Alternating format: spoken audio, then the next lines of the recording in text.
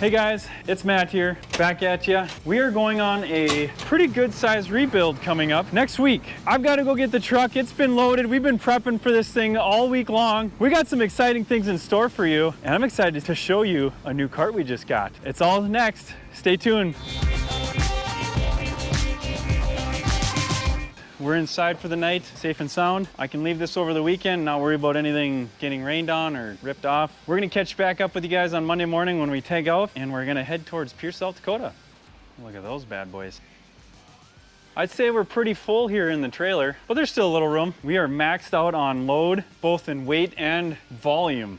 So you look at this, I think I could still fit in here and ride the whole way. 6 hours, what do you guys think? Actually, we're not even done loading yet. We got to still put in our cooler, put in some tables, put in the tubes. It's going to be a 550 bushel cart, an 1895 drill, 78 rows, and we're doing an IAS wireless blockage system. Recon wireless blockage system, that is. And we're also going down another 2 hours from Pierce, South Dakota to do a 1-tank rebuild. It's on a John Deere 1910 cart, and we're so close that we want to get that done while we're down that far, so we don't have to take the trip just to do that job by itself. I'm gonna get back to the office and finish up some stuff, and we'll see you Monday morning.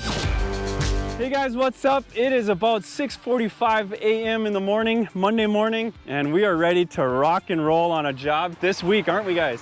Oh yeah. All right, here's the deal though. We're going down to near Pierce, South Dakota, and they've got a heat advisory for the next 4 days, which is when we're gonna be there. You guys ready to be in 110-degree heat?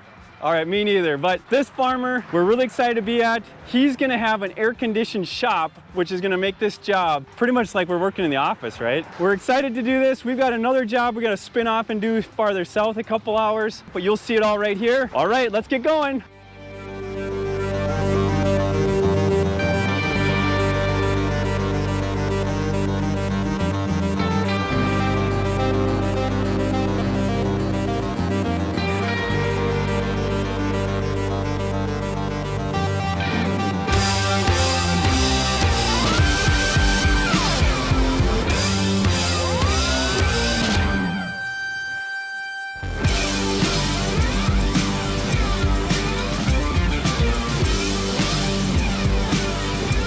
So we are tearing into this thing already, and I'm gonna highlight a few things that we're going through just to make sure you guys are aware of where we're at and where we're going. It's always good to know. Of course, Isaac, he picked the best one to work on, full of oil.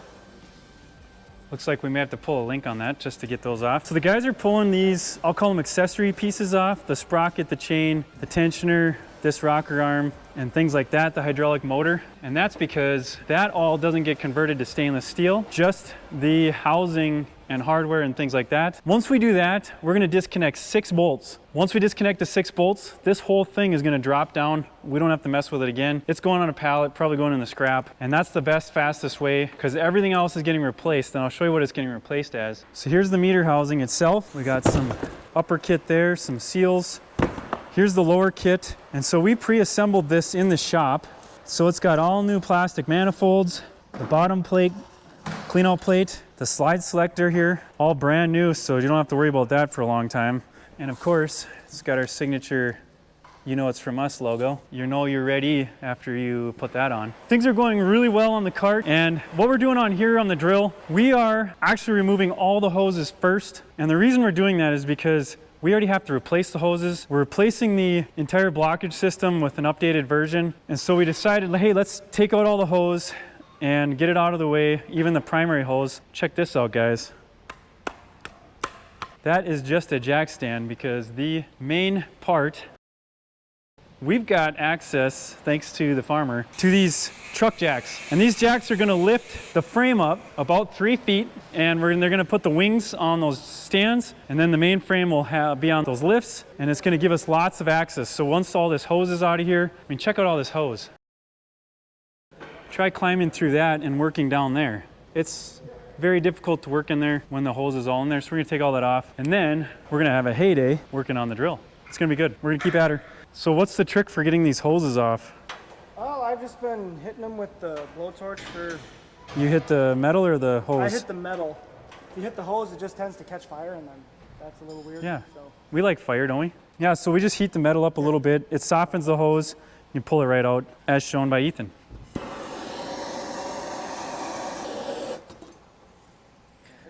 All right, that looked easier than what I've done in the past with a screwdriver and a cutter. And that's one that farmers complain about all the time, is getting these in and out.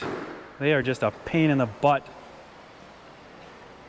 All right, without further ado, let's get back to the action.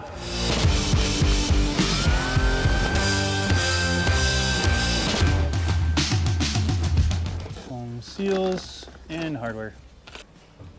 So Isaac's down here taking those 2 bolts out.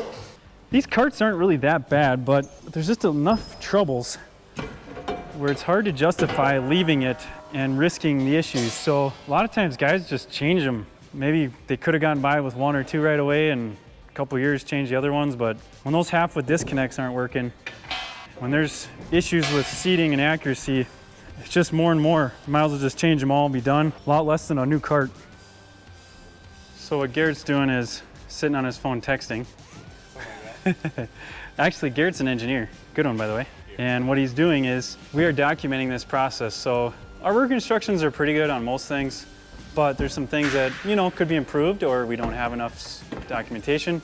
So he's taking pictures of each step with the intent that he's going to go back and put instructions together so that you guys can see exactly what we need to do before you do it, and hopefully save you some time. As we struggle through some of the first few, we help you with instructions on what not to do, or what to do actually, to go as fast as you can.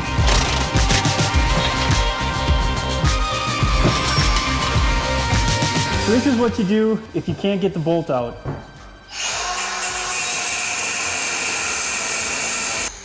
That was easy. Micro, dirty jobs. We want to be on your show. All right, so we're doing something pretty cool here. We're putting the wings on stands, which was done by starting the tractor, raising the wings, and then dropping them on the stands once we got them underneath there. And now the fun begins to put the lifts on there.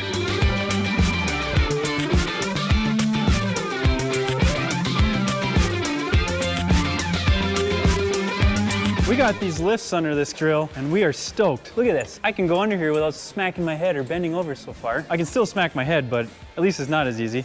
Look at these row units. There's so much space. Whoa. It's like I can walk under here, Greg. It's awesome. How do you like it under here? It's incredible. It's so easy. You're sitting on a chair. Yeah. How do you like that? Now it's too easy for the guys. They're gonna get used to this. We may have to buy a set of these. Let's show you how easy this is. I gotta work on the front rank, notoriously the worst rank of the entire machine. Usually you gotta crawl over the top, you gotta crawl through like a worm. Let's see how this goes. Oh, hey, how's it going, Ethan? I'm just gonna walk over here to you. Oh, you need to work on the second rank? No problem, just turn around. Need to work on the front rank? No problem. We are getting spoiled. We are getting spoiled. So Ethan is taking out these screws, and that allows the feeder tube or seed tube to come out. And so that's prepping us to be able to take the boot pivot bolt out. So we're gonna be flying here on the drill. All right, over here we've got Garrett spraying smelly chemicals because he's just really into polishing frames. My passion. It's your passion? Yes. All right, well, that's why we're here. You're here. But no, really, he's actually cleaning out the plastic. So I did this one for him to show him how it's done, you know, pass it on to the next generation. But we wiped this all out in here, and now we're ready for the foam seal and funnel. Actually, funnel, then foam seal. Got to put it in the right order. Here's what came out. Not real bad, but look at this. The seals are eroded. They're supposed to look like this, straight down, but that's not how they look. And then we've got the other ones. That was the rear tank. This is the middle tank. And you can see the same problem here. A lot more corrosion, which is gonna cause leaking. And this is the front tank. Yummy. I'll bet you this is falling down in the tank, plugging your runs. As much as I'd like to just stare at these all day, I better get back at it.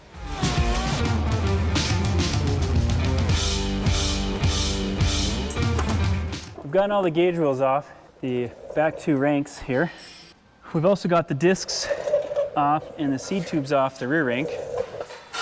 But this is incredible. This rear rank is about as simple to work on as the front rank, or the middle rank and the front rank. And usually what happens is when we get to these jobs, or we go to these jobs, everything's great on the rear rank, but we slow way down in the middle and the front. I mean, it's like you hit a slow speed area, and because you're just fighting things, you can't get in there very good, but it is going really good. This might be called the best rebuild ever. We might be beating Tyler, Caleb, and Chadron's job. If you go back and watch our video on the SDX job that they did, they actually, near Jamestown, I believe, they knocked that thing out really fast. So some Williston guys, our friends of ours, joined them and helped them with that. And then they went on way down here to South Dakota and actually knocked that out pretty quick. They're saying that that was the fastest rebuild ever. Well, I think we're gonna have them beat. It's about 7:30. We got here no sooner than 12:30. Probably closer to 1, and you know, took a little bit of time to plan this out, but we've been making good progress. We got all 3 tanks dropped. We got 1 tank going up in, it looks like. Lots of anti-seize I see, that's good.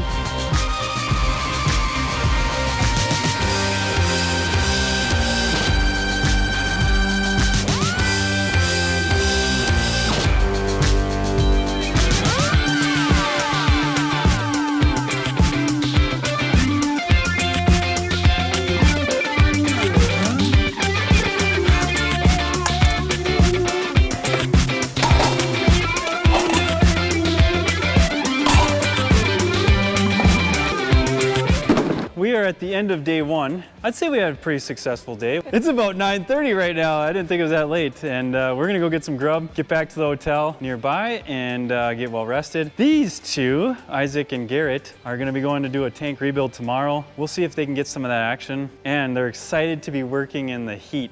It's gonna be like a sauna. It's gonna be miserable. So we're gonna try to get them there early, get them out of there by noon, I suppose, hopefully, and then they can get back here in the air-conditioned shop, because this is amazing. We've got most of the drill stripped. We'll see you guys back tomorrow.